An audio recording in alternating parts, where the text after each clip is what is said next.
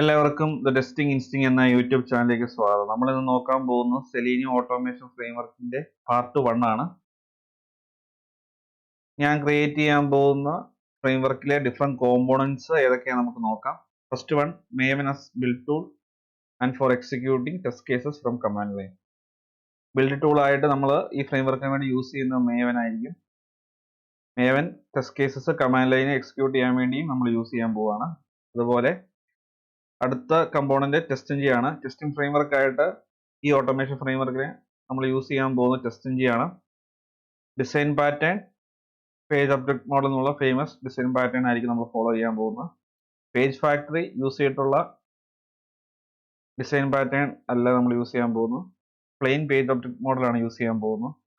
അടുത്ത point, reusable മെത്തേഡ്സും യൂട്ടിലിറ്റീസും നമ്മൾ framework create ചെയ്യും. റീയൂസബിൾ മെത്തേഡ്സ് എന്ന് ഉദ്ദേശിക്കുന്നത് ഇപ്പം ഒരു പർട്ടിക്കുലർ ടെക്സ്റ്റ് ഫീൽഡിനകത്ത് സെൻഡ് കീസ് അതൊക്കെ നമ്മൾ റീയൂസബിൾ മെത്തേഡ്സ് ആയിട്ട് മാറ്റും. ഓരോ പേജസിലും നമ്മൾ സെപ്പറേറ്റ് മെത്തേഡ് പുതിയത് വിളിക്കുന്നതിന് പകരം ഒരു മെത്തേഡ് ക്രിയേറ്റ് ചെയ്തിട്ട് അതായിരിക്കും എല്ലാ സ്ഥലത്തും നമ്മൾ വിളിക്കുന്നത്.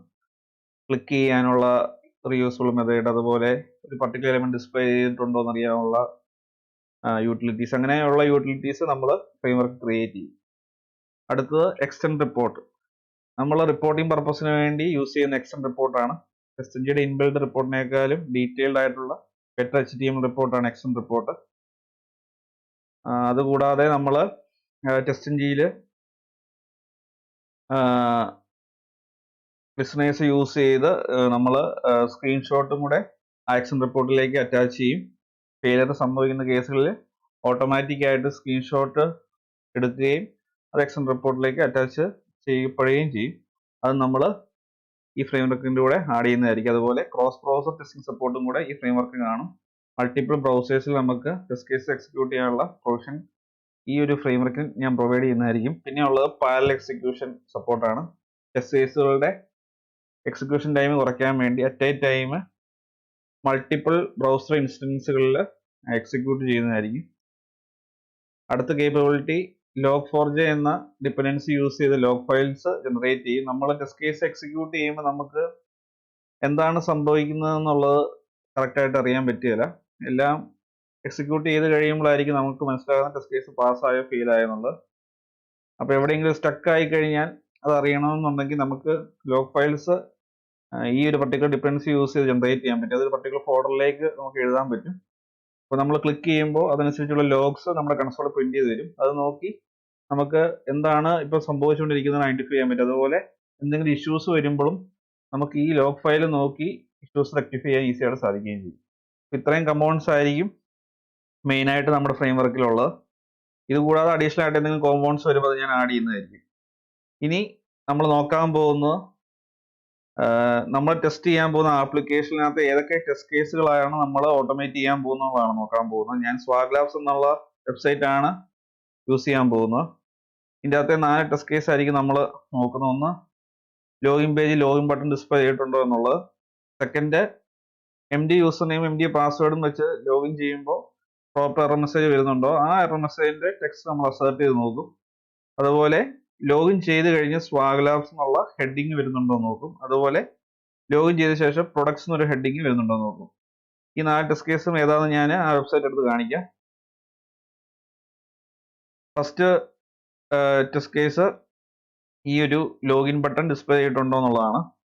അത് നമുക്ക് ഈ സിസ്പേഡ് എന്നുള്ള മെത്തേഡ് യൂസ് ചെയ്ത് നമുക്ക് വെരിഫൈ ചെയ്യാം. Second, MD user name MD password കൊടുത്തതിന് ശേഷം ലോഗിൻ ബട്ടനെ ക്ലിക്ക് ചെയ്യുമ്പോൾ ഇങ്ങനൊരു അലേർട്ട് മെസ്സേജ് വരും. ഈ അലേർട്ട് മെസ്സേജിനകത്ത് നമ്മൾ ഗെറ്റ് ടെക്സ്റ്റ് യൂസ് ചെയ്ത് ടെക്സ്റ്റിന്റെ വാല്യൂ അസേർട്ട് ചെയ്ത് നോക്കാം. അങ്ങനെ ചെയ്യുമ്പോൾ നമുക്ക് MD യൂസർ നെയിം MD പാസ്വേഡും പാസ് ചെയ്തിട്ട് ലോഗിൻ ബട്ടനെ ക്ലിക്ക് ചെയ്യുമ്പോൾ കറക്റ്റ് അലേർട്ട് മെസ്സേജ് വരുന്നുണ്ടെന്ന് നമുക്ക് ഉറപ്പാക്കാൻ സാധിക്കും. അങ്ങനെ 2 ടെസ്റ്റ് കേസ് ലോഗിൻ പേജിന്റെ കേസിൽ നമ്മൾ എഴുതും. അതിനുശേഷം ലോഗിൻ ചെയ്ത ശേഷം നമ്മൾ വെരിഫൈ ചെയ്യാൻ പോകുന്നത് ഏതൊക്കെയാണ് നമുക്ക് നോക്കാം.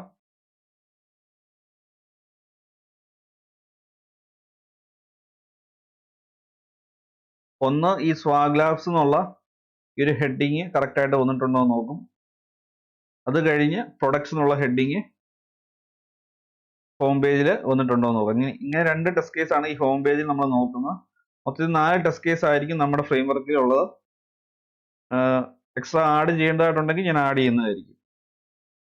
പിന്നെ ഇനി പ്രീ റെക്വസൈറ്റ് ആയിട്ട് നമ്മുടെ സിസ്റ്റത്തിൽ ഫ്രെയിംവർക്ക് ക്രിയേറ്റ് ചെയ്യുന്നതിന് മുമ്പ് വേണ്ട കാര്യങ്ങൾ, ഒന്ന് ജാവ, രണ്ടാമത് മേവൻ ആണ്. അത് രണ്ട് നമുക്ക് സിസ്റ്റത്തിൽ ഉണ്ടോ എന്ന് വെരിഫൈ ചെയ്യാം. ആദ്യമേ ജാവ ഉണ്ടോ എന്ന് അറിയാൻ വേണ്ടി നമ്മുടെ സിസ്റ്റത്തിൽ ജാവ സ്പേസ് -- വേർഷൻ എന്ന് ടൈപ്പ് ചെയ്ത ശേഷം എൻ്റർ ബട്ടൺ ക്ലിക്ക് ചെയ്യുക. ജാവ ഉണ്ടെങ്കിൽ ജാവയുടെ വേർഷൻ ലിസ്റ്റ് ചെയ്യും. നിങ്ങളുടെ കേസ് ജാവ ഇല്ല എന്നുണ്ടെങ്കിൽ ജാവ ഇൻസ്റ്റാൾ ചെയ്യുക. ജാവ ഇൻസ്റ്റാൾ ചെയ്യുന്ന വീഡിയോ ഓൾറെഡി ഞാൻ ജാവ പ്ലേലിസ്റ്റ് ഇൻക്ലൂഡ് ചെയ്തിട്ടുണ്ട്. അത് നിങ്ങൾക്ക് ചെക്ക് ചെയ്യാവുന്നതാണ്. ഇനി നമുക്ക് വേണ്ടത് മേവൻ ആണ്. മേവൻ ഉണ്ടോ എന്ന് അറിയാൻ വേണ്ടി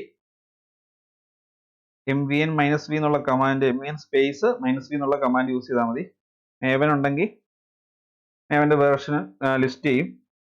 മേവൻ എങ്ങനെയാണ് ഇൻസ്റ്റാൾ ചെയ്യേണ്ടതെന്നുള്ള വീഡിയോ ഞാൻ ഓൾറെഡി ജാവ പ്ലേലിസ്റ്റിൽ ഇൻക്ലൂഡ് ചെയ്തിട്ടുണ്ട്. അത് നിങ്ങൾക്ക് ചെക്ക് ചെയ്യാവുന്നതാണ്. ഇനി നമുക്ക് എക്ലിപ്സിൽ ഒരു മേവൻ പ്രൊജക്റ്റ് ക്രിയേറ്റ് ചെയ്ത് നമുക്ക് ആവശ്യമുള്ള ഡിപ്പെൻഡൻസികൾ ആ പ്രൊജക്റ്റിലേക്ക് ആഡ് ചെയ്യാം. ഞാൻ ഫയലെ ക്ലിക്ക് ചെയ്യുന്നു, അതിനുശേഷം ന്യൂ, അതിനുശേഷം അതർ സെക്ഷനിൽ പോകുന്നു. ഇവിടെ മേവൻ ഒരു ഫോൾഡർ കാണും, ഇത് എക്സ്പാൻഡ് ചെയ്യുക. അതിനകത്ത് മേവൻ പ്രൊജക്റ്റ് എന്നുള്ള ഫോൾഡർ സെലക്ട് ചെയ്യുക, അതിനുശേഷം നെക്സ്റ്റ് ബട്ടൺ ക്ലിക്ക് ചെയ്യുക. അതിനുശേഷം ഞാൻ ഈ create simple project script architecture selection എന്നുള്ള ചെക്ക് ബോക്സ് എനേബിൾ ചെയ്യുവാണ്. ഞാൻ പ്രീഡിഫൈൻഡ് ആയിട്ടുള്ള ആർക്കിടൈപ്പ് ഒന്നും ചൂസ് ചെയ്യുന്നില്ല. അതിനുശേഷം നെക്സ്റ്റ് ബട്ടൺ ക്ലിക്ക് ചെയ്യുന്നു. അതിനുശേഷം ഗ്രൂപ്പ് ഐ ഡി കൊടുക്കാൻ പോവാണ്. ഗ്രൂപ്പ് ഐ ഡി ആയിട്ട് കൊടുത്ത അതേ പേര് തന്നെയാണ് ആർട്ടിഫാക്ട് ഐ ഡി ആയിട്ടും കൊടുക്കുന്നത്. Artifact I D text box കൊടുക്കുന്ന പേരായിരിക്കും പ്രൊജക്റ്റിന്റെ പേരായിട്ട് വരുന്നത്. അതിനുശേഷം ഫിനിഷ് ബട്ടൺ ക്ലിക്ക് ചെയ്യുന്നു. പ്രൊജക്റ്റ് ബിൽഡ് ചെയ്തുകൊണ്ടിരിക്കുകയാണ്. പ്രൊജക്റ്റ് ക്രിയേറ്റ് ആയി.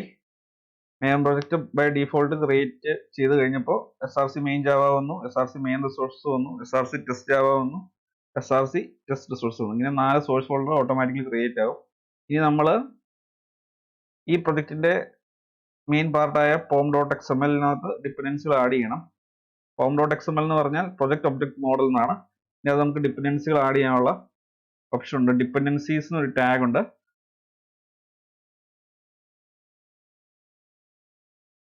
ഈ ഡിപ്പെൻഡൻസീസ് എന്ന ടാഗിന്റെ അകത്ത് നമുക്ക് ഡിപ്പെൻഡൻസീസ് ആഡ് ചെയ്യാം. നമുക്ക് ആഡ് ചെയ്യേണ്ട ഒരു ഡിപ്പെൻഡൻസി സെലീനിയത്തിന്റെ ഡിപ്പെൻഡൻസി ആണ്, രണ്ടാമത് ടെസ്റ്റിന്റെ ഡിപ്പെൻഡൻസി ആണ്.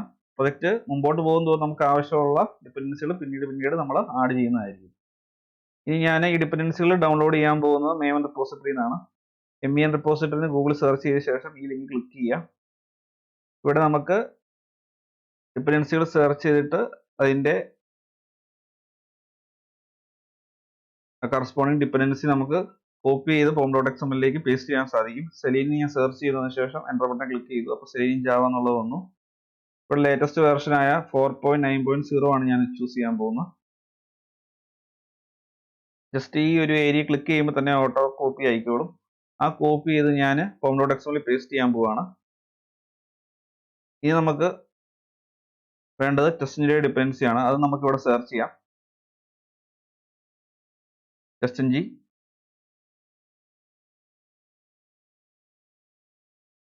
ഏറ്റവും ലേറ്റസ്റ്റ് വേർഷനായ 7.1 ആണ് ഞാൻ ചൂസ് ചെയ്യുന്നത്.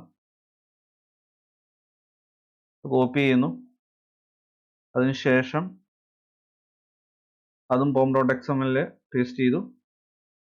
ഈ സ്കോപ്പ് ടാഗ് ഞാൻ റിമൂവ് ചെയ്യുവാണ്. സ്കോപ്പ് ടാഗ് ടെസ്റ്റ് എന്ന് കൊടുത്തു കഴിഞ്ഞാൽ SRC ടെസ്റ്റ് ജാവയിലെ സർവീസ് ടെസ്റ്റ് റിസോഴ്സിൽ മാത്രമേ അത് വർക്ക് ആവുള്ളൂ. അത് റിമൂവ് ചെയ്തില്ലെങ്കിലും കുഴപ്പമൊന്നുമില്ല. പക്ഷെ നിങ്ങൾക്ക് എന്തെങ്കിലും ടെസ്റ്റിന്റെ ഫംഗ്ഷനാലിറ്റി SRC മെയിൻ ജാവയിൽ SRC മെയിൻ റിസോഴ്സിലും ടെസ്റ്റ് ചെയ്ത് നോക്കുകയാണെന്നുണ്ടെങ്കിൽ അത് വർക്ക് ആകില്ല. അതുകൊണ്ട് സ്കോപ്പ് ടാഗ് റിമൂവ് ചെയ്യുന്നതായിരിക്കും ബെറ്റർ. ഞാൻ അത് റിമൂവ് ചെയ്തു. അതിനുശേഷം ഫയൽ സേവ് ചെയ്യുന്നതനുസരിച്ച് മേവൻ ഡിപ്പെൻഡൻസീസ് ഒരു ഫോൾഡർ വരും. അതിലേക്ക് ടെസ്റ്റിന്റെ സെലീനിയത്തിന്റെയും ജാർ ഫയൽ ഡൗൺലോഡ് ആവും. നമുക്കതൊന്ന് വെരിഫൈ ചെയ്യാം. ഞാൻ ഫയൽ സേവ് ചെയ്യാൻ പോകണം. Ctrl+S ക്ലിക്ക് ചെയ്യുന്നു. ബിൽഡിംഗ് എന്നുള്ളത് താഴെ നിങ്ങൾക്ക് കാണാം. മേവൻ ഡിപ്പെൻഡൻസീസ് ഒരു ഫോൾഡർ ക്രിയേറ്റ് ആയി. അതിൻ്റെ അകത്ത് സെലീനിയത്തിന്റെയും ടെസ്റ്റിന്റെ ജാർ ഫയൽസ് ഡൗൺലോഡ് ആയി. ഇനി നമുക്ക് ഈ പ്രൊജക്റ്റിന്റെ ജാവ വേർഷൻ നമുക്ക് മാറ്റണം. ഇതിപ്പോൾ കിടക്കുന്ന ജാവ വേർഷൻ 1.5-ലാണ്. ഇത് നമുക്ക് നമ്മുടെ സിസ്റ്റത്തിലുള്ള ജാവ വേർഷനായ 11-ലേക്ക് മാറ്റണം. അതിനുവേണ്ടി ഒരു ടാഗ് pom.xml ഫയലിനകത്ത് ആഡ് ചെയ്താൽ മതി. ഈ ഒരു ടാഗ് ആഡ് ചെയ്യുമ്പോൾ നമുക്ക് വേർഷൻ 5-ൽ നിന്ന് 11-ലേക്ക് ചേഞ്ച് ചെയ്യാൻ പറ്റും. ഞാൻ ഡിപ്പെൻഡൻസീസിൻ്റെ മുകളിലായിട്ട് പ്രോപ്പർട്ടീസ് എന്നുള്ള ടാഗ് ആഡ് ചെയ്യുന്നു. അതിനുശേഷം കൺട്രോളേഴ്സ് ക്ലിക്ക് ചെയ്യുന്നു. ഫയൽ സേവ് ആയി. ഇനി നമുക്ക് ഈ ഒരു ചേഞ്ച് റിഫ്ലക്റ്റ് ആവാൻ വേണ്ടി ഈ പ്രൊജക്റ്റ് അപ്ഡേറ്റ് ചെയ്യേണ്ടതായിട്ടുണ്ട്. റൈറ്റ് ക്ലിക്ക് ചെയ്യുക പ്രൊജക്റ്റ്, അതിനുശേഷം മേവനിൽ പോയ ശേഷം അപ്ഡേറ്റ് പ്രൊജക്റ്റ് എന്നുള്ള ഓപ്ഷനെ ക്ലിക്ക് ചെയ്യുക. ഫോഴ്സ് അപ്ഡേറ്റ് ഓഫ് സ്നാപ്ഷോട്ട് റിലീസസിനുള്ള ചെക്ക് ബോക്സും കൂടെ എനേബിൾ ചെയ്യുക. ശേഷം ഓക്കെ ക്ലിക്ക് ചെയ്യുക. മേവൻ പ്രൊജക്റ്റ് അപ്ഡേറ്റ് ആയ ശേഷം വേർഷൻ ഓട്ടോമാറ്റിക്കലി ചേഞ്ച് ആയിക്കോളും. ഇപ്പം നിങ്ങൾക്ക് നോക്കിയാൽ കാണാം വേർഷൻ 11 ആയിട്ട് ചേഞ്ച് ആയിട്ടുണ്ട്. അപ്പോൾ പാർട്ട് 1 വീഡിയോയിൽ ഇത്രയും ഞാൻ കവർ ചെയ്യാൻ ഉദ്ദേശിക്കുന്നുള്ളൂ. അടുത്ത വീഡിയോയിൽ നമ്മൾ സ്പാർക്ക് ലാബ്സിൻ്റെ ടെസ്റ്റ് കേസുകൾ എഴുതുന്നതായിരിക്കും. അപ്പോൾ ഈ വീഡിയോ എല്ലാവർക്കും ഉപയോഗപ്രദമായെന്ന് വിശ്വസിക്കുന്നു. ഈ വീഡിയോ ഇഷ്ടമായെങ്കിൽ തീർച്ചയായും ചാനൽ സബ്സ്ക്രൈബ് ചെയ്യുക, വീഡിയോ ലൈക്ക് ചെയ്യുക, ഷെയർ ചെയ്യുക. അതുപോലെ ഡൗട്ട്സ് ഉണ്ടെങ്കിൽ തീർച്ചയായും കമൻറ്റ് ബോക്സിൽ ചോദിക്കുക. അതുപോലെ നോട്ടിഫിക്കേഷൻ ബെല്ലൈക്കൺ കൂടി എനേബിൾ ചെയ്യുക. എങ്കിൽ മാത്രമേ പുതിയ വീഡിയോസ് അപ്ലോഡ് ചെയ്യുമ്പോൾ കറസ്പോണ്ടിങ് നോട്ടിഫിക്കേഷൻ നിങ്ങൾക്ക് ലഭിക്കുകയുള്ളൂ. Thanks for watching and keep learning.